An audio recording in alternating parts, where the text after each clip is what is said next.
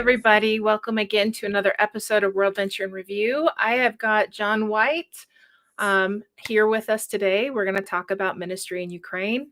If you have any questions, feel free to use the chat. This is a conversation between not just John and I, but with you as well. So your comments, your questions, they encourage us, and they encourage our guests usually. So John, I'm just going to jump right into it because there's a lot you have to share, and it's always interesting to hear you talk. And so we're going to jump into it. But first, we're going to start at the beginning. So I'd like to know how you came to know Jesus and when did your faith become your own? Thank you, Nikki. I grew up in the Chicago area, which is where I am again. And I grew up in a family that was not Christian, didn't go to church. And my senior year of high school, I was a very good student. I had everything in terms of what the world would offer, but I was feeling a need. I was feeling a lack of purpose. I was knowing that I'd be going to college the next year, and I was looking for purpose and meaning. And I had a good friend who's a year older than me, named Dave, and he shared the gospel with me. He shared about some Christian music with me. He gave me a Bible. And as I read through the book of John, like he suggested, I surely didn't understand most of it. But I had an understanding that I wasn't good enough. I always kind of was very critical of myself, not really understanding sin at that point, but I definitely understood that I fell short of whatever standard God would have. And I thought, is there any way I can reach God? And I thought there's no way. But then again, in my limited understanding from John, I realized that Jesus reached down to me. And so ironically, as I was reading it and thinking about it, it was the day that I got accepted into the college I wanted to go to, Princeton University, when I called my friend up. He was actually already in college, a year older. And I talked with him on the phone. He congratulated me. He asked me about what I thought about the book of John. And I ended up praying to accept Christ over the phone that day. And so just the end of my high school years, my friend Dave sent another friend to me to kind of help disciple me, named Ted. And until the summer, and then over the summer, they discipled me. And I went to Princeton as a new believer. And so, I can keep talking. I don't know if I should keep that story or not. But anyway, I'll let you ask questions. No, feel free to. I mean, I think discipleship is incredibly important. And the more I hear stories from people we interview, like yourself, of how impactful your friends are when they share that gospel with it. And I've got to say, the book of John is my ultimate favorite, but book of John was where my faith deepened as well. So when I got to school, I was looking for a Christian group, and actually we had sort of scouted out a little bit ahead of time with the materials they gave. And so I ended up joining something called the Princeton Evangelical Fellowship. Today it's called the Princeton Christian Fellowship. And there I grew in my faith. I was given one-on-one discipleship as well as kind of larger group meetings, made many friends. I kind of struggled with what to do with my life. I was going to Princeton to probably be a math major. I wasn't really sure. I liked that Princeton had many different, good options. I ended up trying different things, not, for the first time, not getting A's. That was a struggle for me. Eventually, I fell into something called operations research, which is basically applied math. But I also started getting interested in missions because the Princeton Evangelical Fellowship was founded by a guy back in, I think it was the 30s, that couldn't go to the mission field. He actually had this great story. So he was on a ship for India. Okay. And he was told that he would probably die there, that his health was not good enough to go. So he prayed to God, if you don't want me to go, turn the ship around. And the ship turned around. And he came back, and he was an alum of Princeton. He came to Princeton and started this fellowship group. And so ever since then, I think because he wasn't able to go, he had imparted to people, if you can, you really should go. And so when I was there in college, I went to Urbana one year, and I was on the missions committee, and I was looking for. I got more and more interested in missions. I kind of came to it with the idea that I really saw that it was valuable. But I thought, I should go on a short-term mission trip, because even if I don't end up becoming a missionary, then I'll understand better how to support missionaries, because I think everybody should be involved in some way, whether Mhm. it's prayer or finances or going. And so my senior year of college, I'd lined up a job as a computer consultant. I was still trying to figure out what to do with my life at that point. I applied to some grad schools and decided not to go into graduate school in operations research. But then I found this gentleman. He actually came to visit my church there, and his name was Alex Leonovich, and he shared about his stories in Russia and Belarus and Ukraine. There's a book written by Philip Yancey that I heard about called "Praying with the KGB." It's a Yeah. great book. I would recommend. I mean, now it's pretty old, but it talks about Leonovich. He was the translator for this team of evangelicals that included Yancey. And they ended up talking with the head of the KGB and praying with them, and all these different leaders. It was in that period of time before the Soviet Union fell, 91, but after, when things started to warm up and there was more openness. So anyway, this was, and of course I'm dating myself here, but this was 1993 that I graduated from college. So a couple years after that. And I found a missions trip. And so I went to Russia, central Russia, a city called Izhevsk. And I didn't know hardly any Russian. It just, was a couple months trip. But it really helped me to fall in love with the people over there. And I saw their great desire to learn about Christianity, for Bibles. I mean, my language was so limited, I couldn't really do much. We were there teaching. I taught some English and I taught some computers at the time, just trying to build some basic bridges for the longer term missionaries that were there. But that made me keep thinking about missions. And so I'll just keep going with my story, if that's okay. That's all right. And so I came back in 93 and I started my job as a computer consultant. I had debt to pay off from college. And so I was living in New Jersey, the same state where Princeton is. And I got involved with a church. The church I founded the church I chose to go to was really into missions. The pastor, and if any of you have been connected with WorldVenture for a while, the pastor is Peter Pendell, who used to be the chairman of the board of WorldVenture years ago. And so that was why I was so into missions, surprising. And when he found out that I was interested in missions, he started pushing his mission board. But I did work for 3 years, traveled a good bit around the U.S., and I learned a lot with that job. I was very thankful for the job, because I was able to learn a lot about working with people, how to manage things, deal with problems. But I did feel God calling me to the mission field. It was about 2 years into the job. I was on a retreat. Actually, I had a good friend who was involved with a Campus Crusade or crew group out in California. And I was on this retreat with them. And so it was this beautiful place in the mountains, and I was praying. And what I felt was his call was more of a release. He was calling me to do what I had been wanting to do. Oh, and I forgot, I should probably mention, I wasn't able to forget about the people of Russia or Ukraine, as it turned out. As I traveled, and I was a computer consultant, so we often would live. 2 out of my 3 roommates were from that part of the world. One was from Grozny, Russia, and one was from, I think it was Odessa. Where was he from? He's from Ukraine. So I couldn't forget about them. They were also computer consultants. And so I felt God releasing me to do what I wanted to do. So I saved money for another year and saved some money towards seminary. So then I came back to the Chicago area and went to Trinity Evangelical Divinity School and studied for almost 3 years, doing an MDiv with an emphasis in missions. And they're just some fantastic people. Paul Hebert and others, he was my advisor. I just really learned a lot about missions. I did another short-term mission trip in Russia, this time in Vladivostok, Russia, so the Far East near North Korea. And that kind of confirmed my interest. And it was part of my studies as an internship. And so I I joined WorldVenture at that time, CBI, and this would have been in 1999, raised support for about a year, and in 2000, I moved to Ukraine because our mission recommended I go to Ukraine to learn Russian. So that's another story. I don't know if you want me to go there or something else.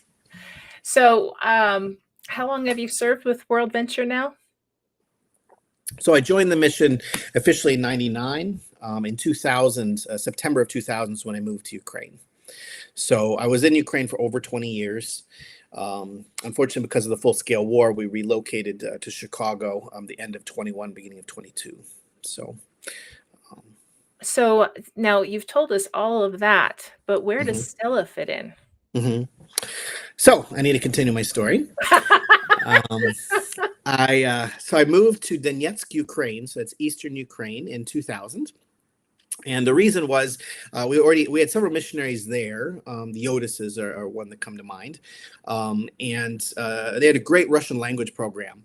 Donetsk had fallen on the Ukrainian side of the border when the Soviet Union fell up, but they had a history of teaching Russian. And of course, Ukraine has a complicated history, and we could get into questions about that as well, what the country is like and the people. But essentially, when I moved there, about a third of the people's first language was Russian and 2/3 was Ukrainian, and everybody spoke both, or at least could understand both. And so in Donetsk, we had the advantage. Now, I went there to study Russian, and I did that for 2 years full time, and I'm so thankful that I did that.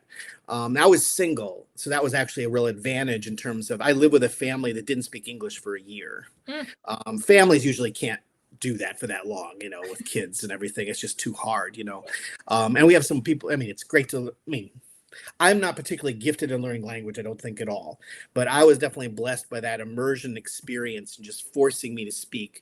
And then after I moved out of from that family, I moved into an apartment. I actually ended up getting a couple of guys that I knew from the local Campus Crusade group, Ukrainians, living with me. And so again, more practice speaking Russian. It was after 2 years that I was asked to teach at Donetsk Christian University. We spoke in Russian generally there. And the reason that was very strategic was across the former Soviet Union, of course, there are like 15 different countries today. And most of them have their own national language. All of them spoke Russian because of the Soviet Union. And so missiologically, we could teach Russian and then get students from all over, all these, 15 places, 10 time zones, so it's very strategic. And so I started teaching. Now, Stella, my first encounter with Stella happened when I went from being a student to a teacher. And that required, at that time, a different visa. So I had a student visa, and I was going to get an official invitation from Donetsk Christian University. And guess who did the invitations, or at least initiated them? It was Stella. So she had the paperwork for me. And she told me later that she was bracing herself to speak English. Now, she was very good at English. She actually studied to be an English teacher a little bit more later, but her English was already very good. That was one reason she worked in the public relations department, because she could help translate documents into English and that kind of thing. But she was very self-conscious about speaking English. Okay, she was better written. And so she was trying to kind of gird herself up kind of to talk to this American, and I came in and I spoke Russian to her. And I'm sure it was still not great Russian at that point. This was 2 years in. But she just says, "Oh, I can just speak Russian to him." Oh, okay, no problem. And so she gave me my invitation, and I started teaching in 2002. And so that first year, I was just a teacher and learning sometimes through my failings. I taught a course on Romans. That was kind of a disaster. There were a number of reasons for this. Unfortunately, Donetsk Christian University was going through a massive change. That year, from 2002, there was a big, unfortunately, leadership fight. The president, the academic dean quit. Half the faculty left. And I just happened, I had nothing to do with any of that. I just happened to be starting my work then with a brand new president who actually just brought in from Russia, and a lot of some previous faculty, et cetera. But anyway, because of that, the students were pretty upset, and they had a right to be. All this stuff had happened over them. A lot, I think, was hidden from them. And they were pretty, well, who are you to teach us kind of stuff, Mm. And so, even though not like they understood Greek very well, they wanted to challenge my Greek and Romans and stuff like that. And it just wasn't a good combination. And at that point, I was teaching through a translator. I didn't know Russian well enough to teach. I knew it enough to speak, conversational. But anyway, I then the second semester taught a class on introduction to missions, and that went great. Partially because I had first year students, had nothing to do with that previous conflict. And partially because, to be honest, lots of people think they know the Bible, but very few people know a lot of stuff about missions. Mm. And so I was teaching a lot of stuff that was really new to them. And so they didn't really have a formed opinion, about a lot of this stuff.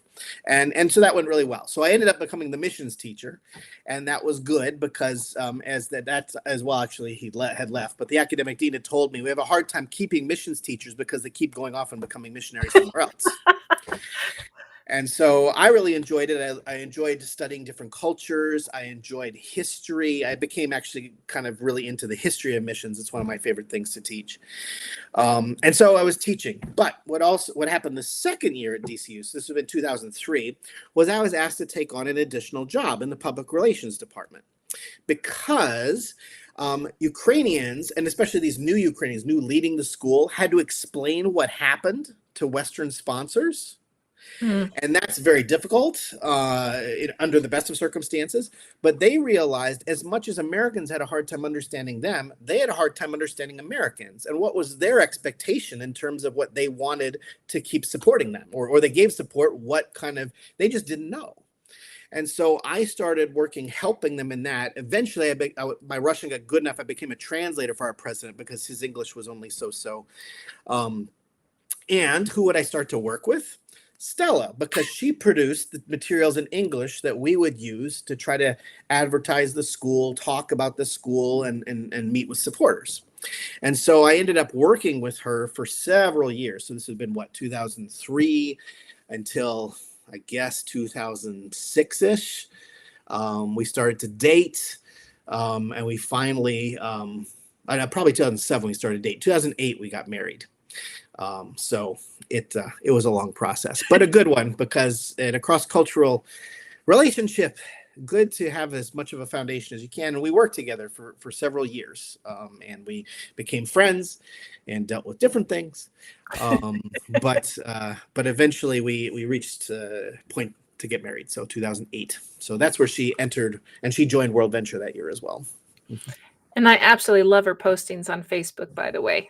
Oh, great. Poetry and everything else. It's beautiful. So you've been, why don't we just, with the people that just joined, why don't we just explain what you did when you started with WorldVenture and what you do now, if there's any difference. But So after a couple of years of focusing on language, I started teaching at Donetsk Christian University. So that's in eastern Ukraine. It was a city of about 1 million people, and kind of a hub for bringing in students from all over the former Soviet Union. And I was teaching missions, mainly different courses on missions. Then when the war in eastern Ukraine started in 2014, we needed to leave, and we were invited to teach at a school in Kyiv called Ukrainian Evangelical Theological Seminary. So abbreviations really help in these things. So I was at DCU, and now I'm at UETS. UETS is a little harder to say, but what can you do? So at UETS, I continued teaching missions, and actually, in the interim, I started out working on a doctorate at Biola University, and actually, UETS was really into, and they finally only recently received government accreditation. Protestant schools typically had no avenue to get government accreditation. In terms of being a Christian school, they were basically a religious organization, but not educational, and that's, well, I can talk about that too. But anyway, interesting to hear. That would be interesting to hear. Okay, I'll mention that after this. So they were really interested because I was working on a doctorate already. And it turned out to be actually a great help that I was there, because I got extra connections. What I ended up writing on was the surge of Ukrainian missionaries across the former Soviet Union in the 1990s. So that was my topic. I finally finished it in 2016. It actually has been published as a book since 2020. And so I was doing cross-cultural missions, and they liked that because they wanted a doctor on their staff, right? And then after I finished my dissertation, 2016, they had a new idea for me. They wanted me to create a master's degree in urban mission because they've noticed that the Ukrainians typically have been pretty good at planning churches in villages, but cities are just very different contextually, different animal. And I saw the statistic. This is a while ago now, but I wouldn't be surprised if it's the same. That 70% of the people lived in villages, lived in the city, and 30% in villages. But the churches were the opposite. 70% of churches were in villages, and only 30% in cities. So, to be honest, I didn't know much about urban mission, but I was blessed in my time at Trinity in Chicago to go to a church called Uptown Baptist Church. And I got connections there that really helped me. And so, from 2016 until 2018, that was when we started our missions program at Urban Mission and invited a lot of foreign teachers. Now we're starting to get more Ukrainian teachers, but that was difficult because there's very little on this. We also translated, I've sort of lost track of the number of books, maybe 8 or 10 books, because we didn't have them in either Russian or Ukrainian. At the time, we actually were focusing on teaching the courses in Russian because we still, even though there was already that war since 2014 with Russia, many people from the former Soviet Union might want to learn, and we wanted to be able to serve as many different kinds of people as we could. Plus, we translated books so that hopefully churches could use them. These weren't just like for the classroom, just a textbook. These were books that we thought would be useful to others. And so from 2018 to present day, my main focus has been on organizing, as well as I do some of the teaching in urban mission. I tend to teach more the theoretical subjects, and I get practitioners who've been working in cities with immigrants and the poor and with influencers and different types of people.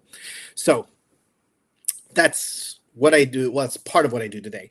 Also, because I'm in the States, I've been helping WorldVenture with some of our strategy, focusing also on urban. Marty Shaw, who recently retired as our executive vice president, he said that of the things that we want to focus on as a mission, the thing we know the least about is urban. And I said, really? I've only done this, for an academic context for a little while. And he's like, yep, you're our expert. So God blessed me in that when COVID happened, that put a lot of people stuck in their homes. And I was able to talk to people doing urban mission all over the world. And so that helped me come up with some stuff to help our missionaries with WorldVenture. It also helped me as a teacher at UETS. And so that has been really my main focus. I also teach some basic cross-cultural missions today at UETS and sometimes other places. So I do a little bit of both, but yeah, my big change has been focused on urban mission. So that, I think, answers your question. Very much so. Now on the UETS, you're right. That's not easy to say. No. Sorry. No, that's all right. No, that's just me. On that, you said that was difficult to get accreditation for. Yes. Yeah, explain a little bit of that background for our audience. Sure. So we need to go back to communism. Mm-hmm. And under communism, if you were any kind of serious believer, but especially a Protestant believer, and at that time, there weren't actually that many Protestants, maybe, and the two big groups were Baptists and Pentecostals. And even they weren't as different as perhaps Baptists and Pentecostals might be in the US, because if they were an officially recognized church, they had to merge. They had to become Baptist. And so not necessarily easy. I mean, I can only imagine a lot of the Pentecostals, they weren't allowed to speak in tongues, and they all met in church together. But their churches they were literally in the same churches. Mm-hmm. Okay? Now, there were some underground churches as well, and they had, freedom, right, to do what they wanted, but they could get caught. So anyway, I could talk about, I love history, so I could talk about that too. But anyway, I'll try to stop myself. Let's see. So if you're a Protestant, you were not allowed to receive a higher education of any sort, no bachelor's degree, no anything. And so Protestants, they did menial jobs, but it sort of became a spiral in that, well, you're uneducated, you're dumb. That's why you think that, there's a God, why you believe in Christ. And so when communism fell, the only people with higher education were those that maybe became believers, right? They had been, not believers before. And there weren't that many of them. And of course, that maybe you just having a bachelor's degree. If you want to have an officially accredited school, you need to have a number of people with doctorate degrees.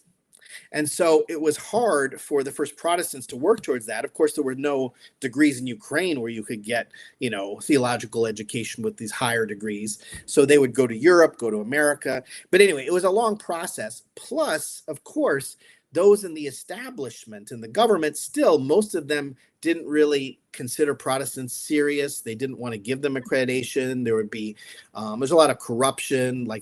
And actually I was told, like, for example, some of my colleagues, my Ukrainian colleagues, they got, say, their masters in Europe somewhere, right?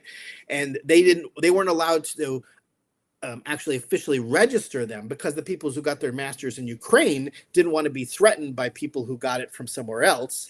And to be honest, the master's degree in other places in Europe and America generally was much better because, well, is there something else I could talk about? The educational system in general in the Soviet Union was very good, but in sciences, it was just good. Like the math, science was good. But if you're in the humanities, you had to say the party line. So the whole idea that we tend to value in the West and really across the world is original research, right? I don't want to I want you to read other people, but you quote them and then you come up with what, you believe is true, especially as you get hired, master's, doctorate, it has to be more original thought.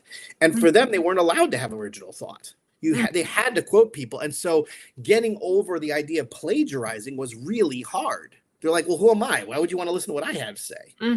And so it took a while to develop kind of that mentality that yes, I have something to say.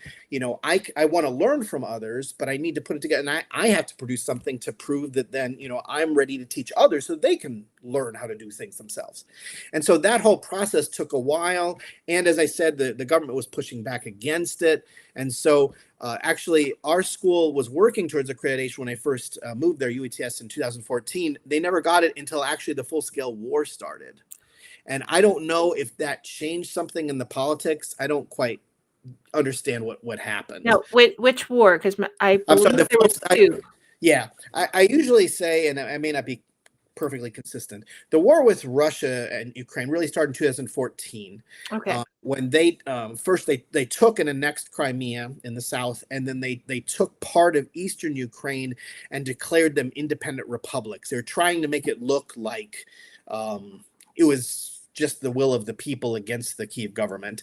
It really was Russian actors. The Russians literally, they turned my school, DCU, into a barracks for Russian soldiers. That's what it became, because they had nowhere else to live. They weren't local.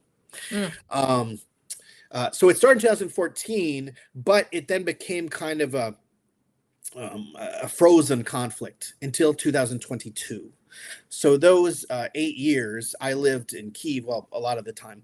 And that was when I was working at the school and working towards accreditation. But there were never grant accreditation until, we often say, it's the full-scale war happened in 2022 when Russia attacked from the north, the east, and the south, and has been attacking the whole country ever since then. Yeah, thank you for explaining that. Sure. So this is really a combined question, Sure. but we've been posting on WorldVenture social media prayer posts each morning at 7 a.m. Central Time.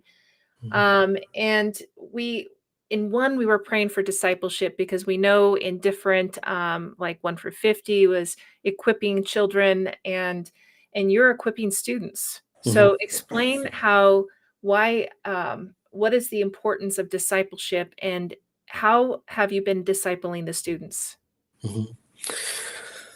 Yeah, and discipleship can look different, in a church versus a seminary versus out on the street.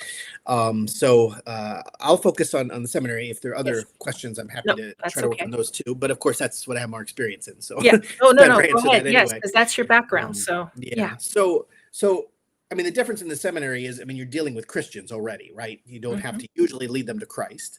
Sometimes you may have to force them to think about their faith in different ways. And in the classroom, we tend to focus just on one subject at a time, right? It's not maybe the whole person, but hopefully each of these things, whether you're talking about New Testament, Old Testament, history, or in my case, how you understand different cultures and how you share the gospel in different cultures, each may play a part. Now, I've been both involved as a teacher a lot, as well as And my different schools have had different methods, but we often have groups, maybe by, actually in some cases it was individual, where I'm assigned a student to disciple for the year, or like a group, like these are all the third year students in our missions program or something like that.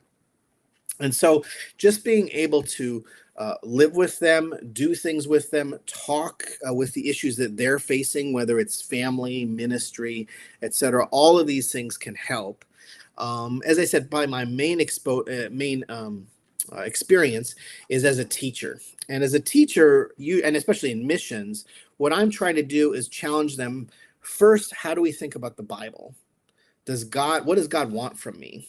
He wants me both to grow and he wants me to share what I have. We are blessed to be a blessing. If we're not blessing others, then we're probably going to lose our blessing, to be honest. But we can't let it stay there. And that's the irony. It's, a lot of times these days people talk about transactional stuff. I like to think of the gospel as not transactional, right? The more we give, the more we get from God. Mm-hmm. And so changing mentality sometimes is what's needed. And so how do we understand the Bible? One of my favorite things to do is to teach about the history of missions. There's so many amazing missionaries in history that we can learn from. And one of my favorite things I do, and I may probably the most effective thing I do teaching, is I assign different missionaries. And we're a little bit limited because we can only use the stuff that we have in the Russian or Ukrainian language. But we give them, pick a missionary, and usually as a team, depending on the number of students we have, they have to give a report on that missionary, share about the missionary's life, share about what they can learn from that missionary, maybe mistakes, but also things that they did, amazing moments of faith. What kind of impact even did their life have today in that area that they served as a missionary? And boy, my students just love that, both in terms of learning about their missionary that they share with, and then we try to do it as an oral presentation so that all the other students can see it too. Sometimes I've had students be really creative and act out stuff. Ukrainians are very creative. It's wonderful. So I talk about that. And then another thing that I talk about is culture. How do we understand other cultures? How do we adapt to other cultures? And this is a moment of discipleship as well, because all of us come from somewhere, grow up in some way. And that's a good thing. Actually, I really love Sherwood Lingenfelter talks about this idea of being 150% person. The idea is that if you our goal in adapting to another culture as a missionary is to become 75% there. We can never become fully, like I would never be fully Ukrainian. But if I could become 75%, that's a good goal. But notice there's only 75% left. I've become less of an American by moving to Ukraine. I'm now maybe 75%. And that's totally true. Like there's things in America. I've now moved back here the last 3 years, but I still have a hard time understanding, don't get, and even maybe just don't want to do things the way, maybe I would have before I moved.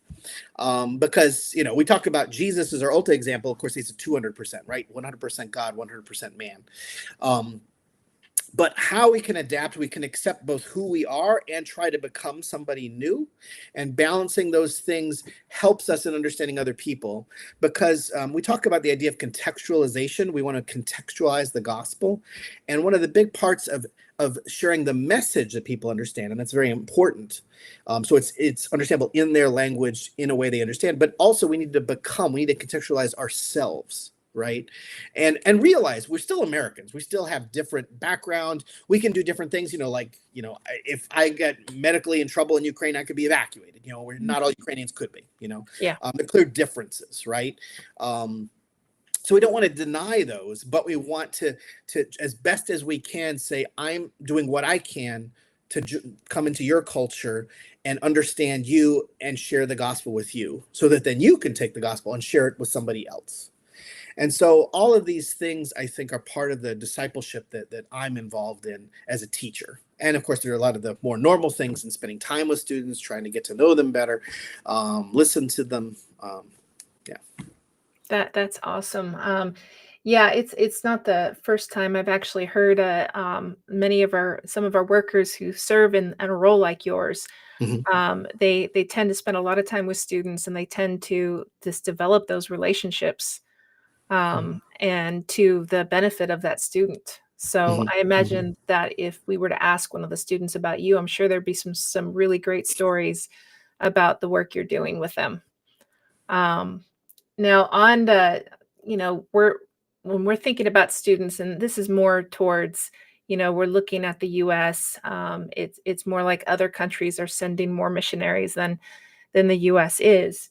So with that frame of mind, why are mission courses important? And especially as it relates to Ukraine. Tell me, share about a couple of your opinions on that. Do you mean mission courses that I teach to Ukrainians, or mission courses in the U.S.? U.S. In the with U.S., a little okay. bit of Ukrainian added into it, if you'd like, because I know you're teaching from, Yeah, I generally teach Ukrainians, or sometimes people, yeah. from that area.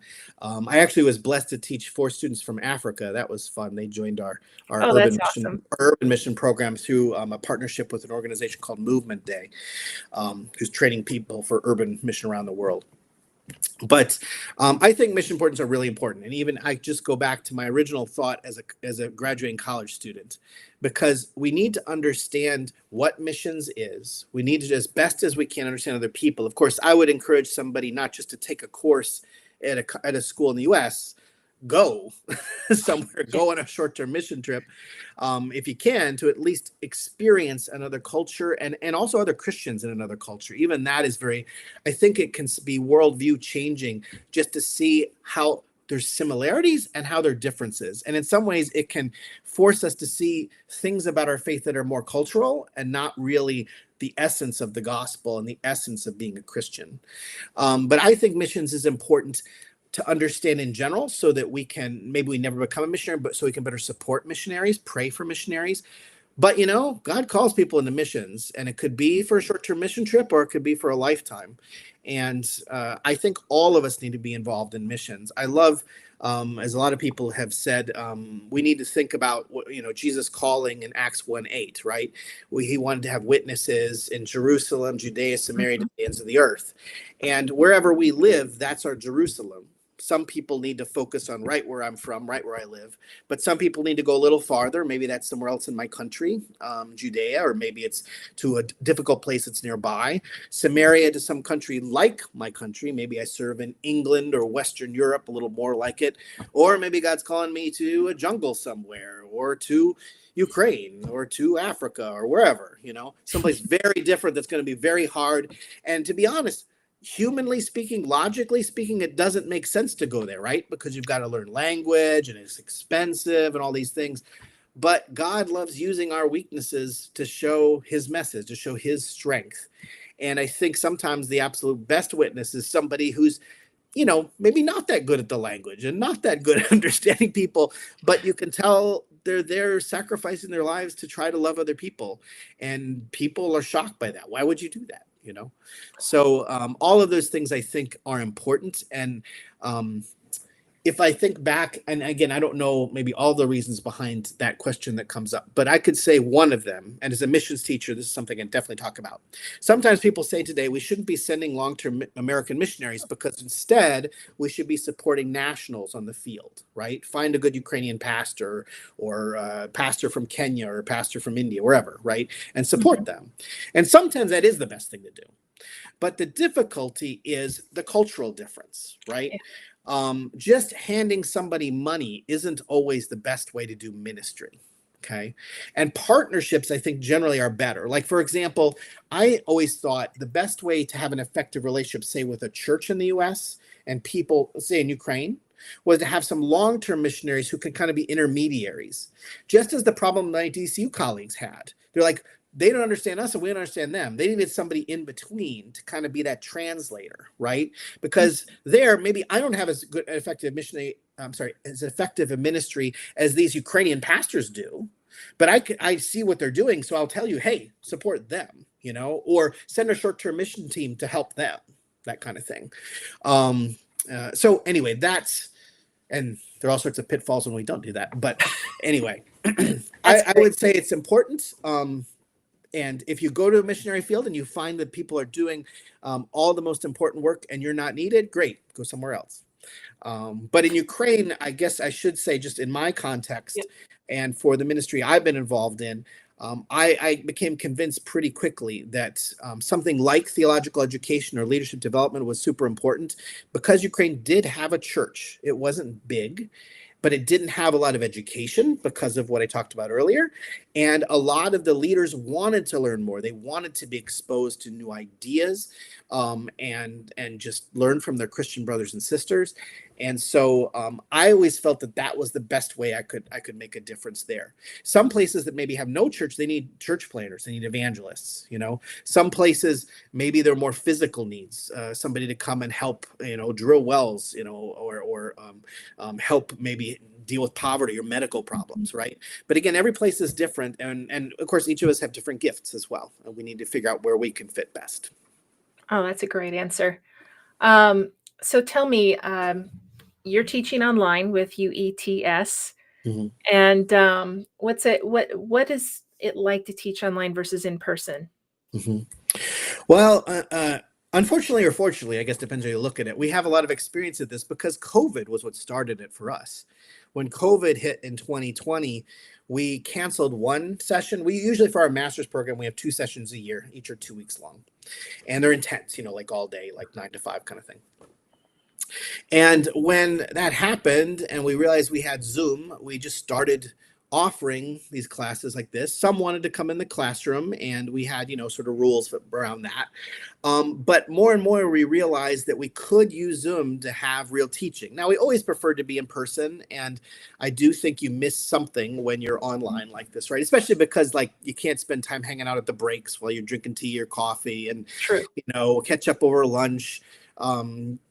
That we lose. And so it doesn't offer everything, but it does offer us the chance to connect from far away. Like, I can get teachers who maybe wouldn't be willing to go to Ukraine to teach online. We had one class, I remember, I think it was on church planting, urban church planting. The guys that I invited to be our main teachers, they had other friends, they wouldn't travel to Ukraine, but they could teach a lecture. So we brought in these guys who wrote books on the subject. I mean, it was fantastic. I thought, wow, how do we get all these people, even just for a lecture period? I mean, it's fantastic. And so it does open up possibilities. And that was when I mentioned those African students. They joined us right as COVID started. And that's Wow. the war. So they've never come to Ukraine. Wow. I did get to meet one. I went to the Lausanne Congress last year, and I got to meet one of my students from Ghana, which is wonderful. I met her. But Zoom allowed us to do that. And also Zoom helps us now, of course, with the dangers of the war, sometimes it's really hard for people to travel. And so it's even not realistic for them to come to Kyiv to teach. And so now, actually, ironically, I mean, I would love to be back in Kyiv teaching, but if I went there might be almost nobody in the classroom, because for people, it just isn't realistic for them to come. And even some of our students aren't in Ukraine. They've moved to other parts of Europe. I remember I had two girls that actually the class I was teaching when the war started, they moved to Norway. Wow. And actually they lived together, young, like probably 20-ish, maybe 19, something like that. They moved there. And so I'm teaching them. A lot of the guys were still in Ukraine. Sometimes they even would move from like lecture to lecture, like to a different place. And so Zoom allows us to do that. And that's a real blessing. Plus, we can also have extra meetings, like especially with our master's students, we try to, we only have the sessions twice a year. We try to maybe every other month or something, just connect with them. How are you doing on your papers? Because even that, being a part-time student is really hard. You need a lot of motivation to get through it. And so just trying to meet regularly, encourage them, say, hey, send me a rough draft, or even just if they hear one of the others turn something in, that's motivation for them to do something, So Zoom allows us to do that kind of thing as well. And not just Zoom, obviously Teams, there are a lot of different platforms you can use. So it's been a transition, but I'm glad that we can do it. So how have you seen God at work in your ministry? Oh, gosh, where to go with this one? Maybe just one story. Maybe one story. Yeah. Let me think. Yeah, I probably should have thought about that. You gave me the question ahead of time. I probably should have thought through. I just We thought, can circle back to it. there's so many stories, but yeah.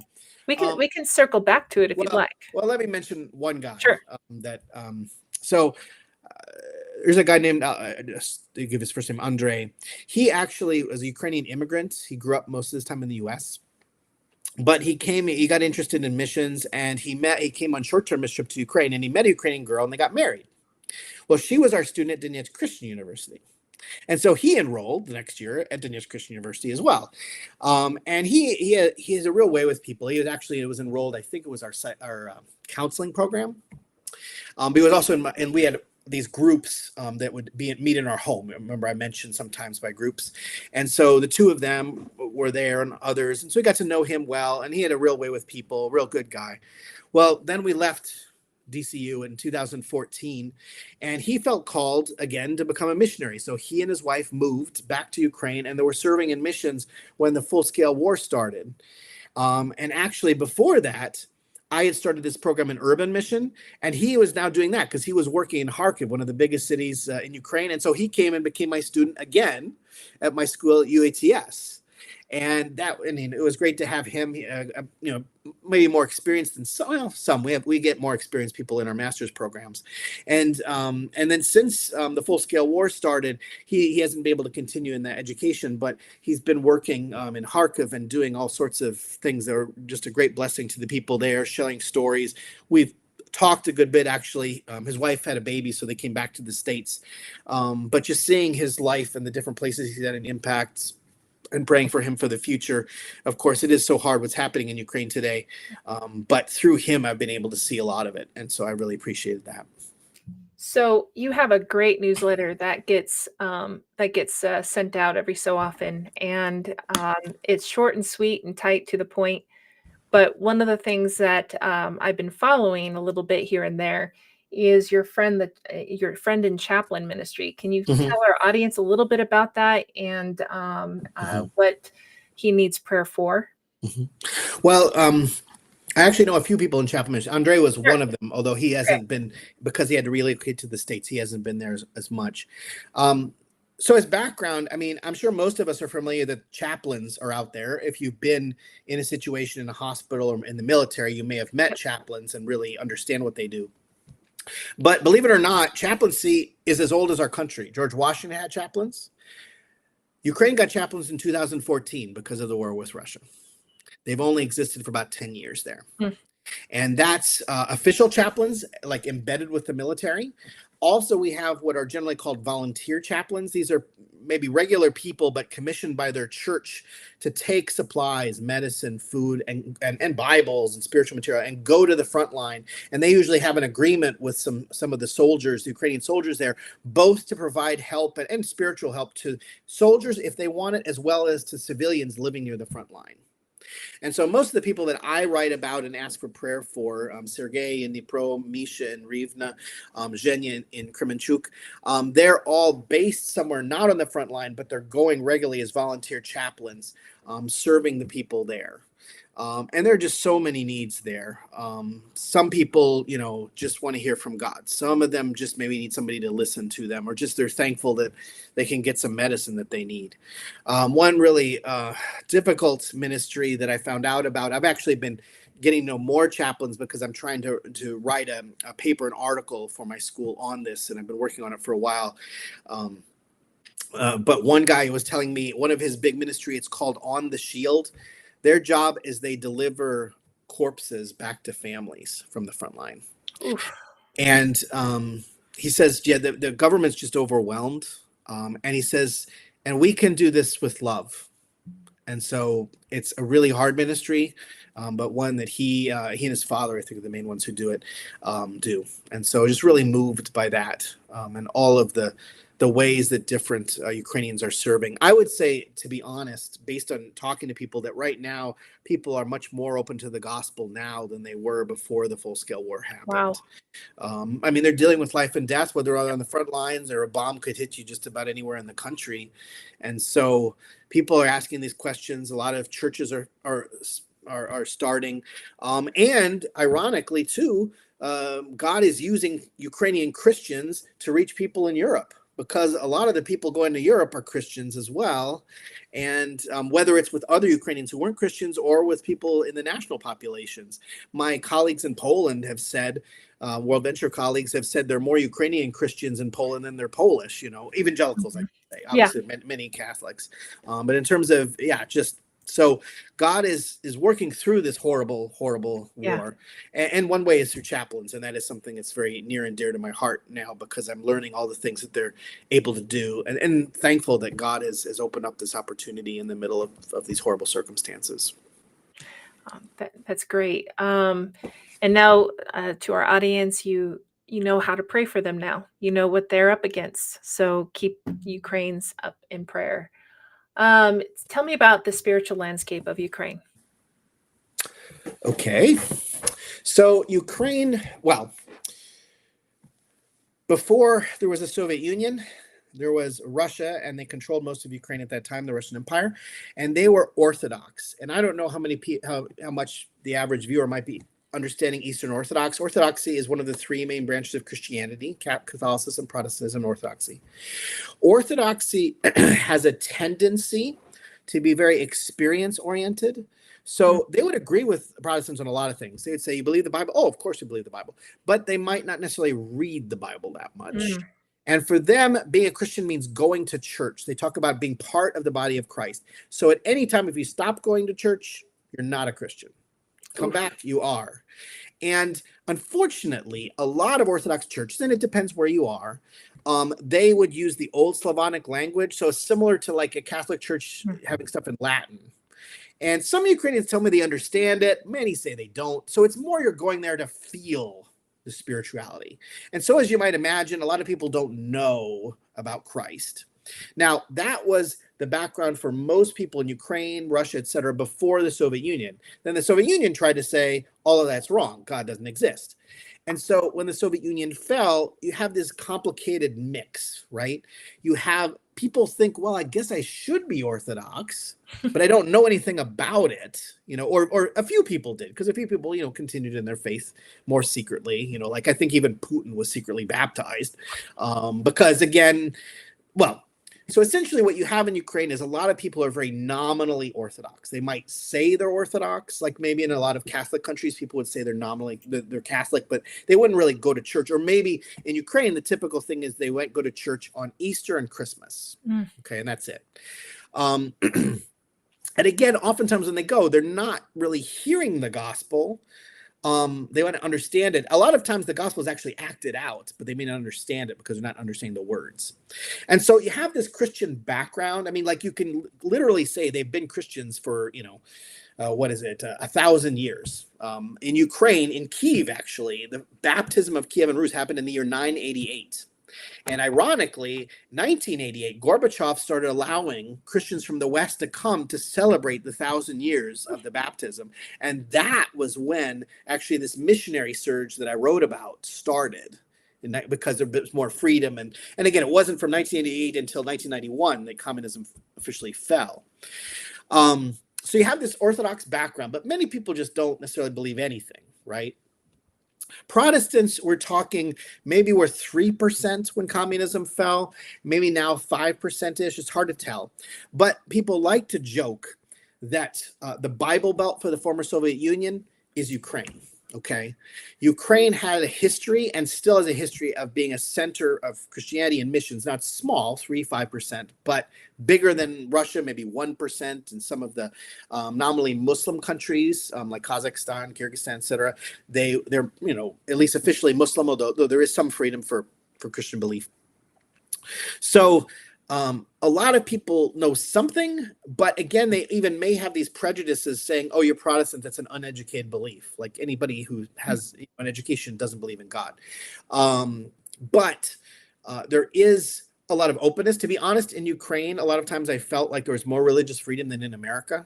Because, for example, people could, if they got permission from, say, the principal of a school, you could go into the school and talk about Christian ethics. That was a very common thing for a long time, because ethics was all tied into communism. And so when communism went, a lot of people realized we don't have any basis for doing good. Like, we know we should, but like, how do we explain this? And so missionaries first, from the West, but then more and more Ukrainians were able to go into schools and share, the gospel. And why do we do these things? So Ukraine is a great place in terms of freedom for the gospel. You still don't have huge numbers that are Christians, although maybe after the war, it'll be a much larger percentage. I'm not sure. Because again, as I've heard amazing stories, and it seems like God is doing all of this, but it's hard to count numbers at this point. I don't know what percentages there are out there. And of course, with the war, a lot of people are asking life and death questions and wanting to understand, what is the meaning in all of this? Is this all meaningless? Like, why am I here? Why am I living here? So there are great opportunities for the gospel. And as I know my colleagues sometimes have said, it's not my original idea. If God, when God ends this war, there may be huge opportunities for ministry. Huge. And I even have challenged some of my Ukrainian students. Now, of course, the right now the hate between Ukrainians and Russians is large, although there are some true believers in Russia as well. And I pray for them, that God works through them and that God will change the mentality of many people and stop this war. But I've challenged some of my Ukrainian students, like, what if God calls you to go be a missionary to Russia after the war? I mean, this is Jonah. That's exactly what Jonah is called to do.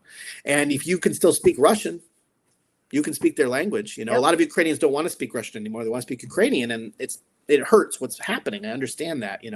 Everybody's dealing with some different levels of trauma, but this is what happened in the past. When communism fell, all the Ukrainians knew Russian, so they had faith. They went off. For them, they read in the Bible, we go to the ends of the earth. They're like, oh, we know where that is. That's Siberia. That's where they went. That's a good one. And started churches all across Siberia. Wow. Again, I don't know what will happen in the future, but I do think there are a lot of great opportunities for the gospel and for spirituality to grow. Awesome. And for those watching, that's another prayer request out there. Mm-hmm. So as we're winding down our time, Mm-hmm. tell me, what's your support at right now? We're at about 85%. Okay. So if you'd like to become a partner of John and Stella, you can scan the QR code and make a donation, or you can click on the link in the chat. And you can make a one-time or a monthly of 10, 20, 25, or $30 a month, and help him continue to equip the students at UETS. But before we go, I really like to ask, how can people be praying for you personally and professionally? Well, professionally, I mean, it's hard to know what will happen with the war. I try to be as flexible as I can, because I understand. I mean, now, for example, some of the courses that people really want to learn from are things like on how do you deal with trauma? How do you prepare to be a chaplain? I can help in some of this stuff in terms of missions. And actually, ironically, when we talk about urban missions, we talk about reaching the poor, reaching the immigrants or displaced people, reaching influential. And actually, those are all categories pretty valid still in the war. So again, we still have students in our program, but I want to be flexible and I want to serve however best is needed. And obviously, God can use a lot of people to help in Ukraine now, both for prayer as well as maybe to support from a distance or to go in some cases. So appreciate that. Of course, we need direction. We didn't really expect to be in the U.S. And trying to do our best to support our brothers and sisters back in Ukraine. So guiding us as to how we can best help. I have been doing some more things for our mission organization, WorldVenture, and I'm thankful for that and helping our strategy, and hope to continue to do that. But let me definitely mention the personal, because another good thing that's come out of this is that because we've been displaced ourselves back here to Chicago, we've been able to find a much better educational situation for our son. Our son has special needs, and we tried an international school for 1 year. That didn't work out. We were doing homeschooling for several years, but as our son got older, this was already third grade when the full-scale war started. We realized, I mean, we're both teachers, but still, it's hard as mom and dad to do all the teaching. And so we heard the public schools here in the Chicago area had some great resources. And so we ended up enrolling him. And would you believe it? His first special ed teacher, she was a missionary kid. She grew up in Japan and went to Wheaton College. And she saw that our son, he has needs, but she saw that he had abilities. And so she put him in general ed classes, gave him an aid. And so ever since then, we've been able to balance, about 50-50 general ed, special ed. Now he's in middle school. And we really, we wouldn't have known about these opportunities necessarily if not for, being back here. So we're thankful that God's led us in that way. And also just personally, my parents are in their late 80s and I'm an only child. So it's also good that I'm here for them. Yeah. Although we're thankful their health is relatively good, but so pray for family, especially our son. Our son's name is Eddie. So we definitely appreciate your prayers for him. So you have the prayer requests. Please make a note of them. And obviously pray for Ukraine and everything going Mhm. on there. As you see the news, maybe take the time to stop what you're doing and say a prayer for the war, for the ministry that's ongoing that you don't hear about, and pray for God to continue to do amazing stuff down there in spite of. Um, Mhm. John, thank you for sharing all this. I mean, this was fascinating to me, the history. I'm also a little bit of a history buff myself, so I Mhm. found it very interesting. And I would encourage all of you out there, read some books on the missionaries. Mhm. I've been starting to do that and finding it very fascinating to see, the different who they were and what they did. And Mhm. um, it is very interesting. So thank you, John, for sharing everything, for sharing about your Mhm. ministry, for sharing about UETS, which I said that correctly. Mhm. Good job. Yeah, thank you.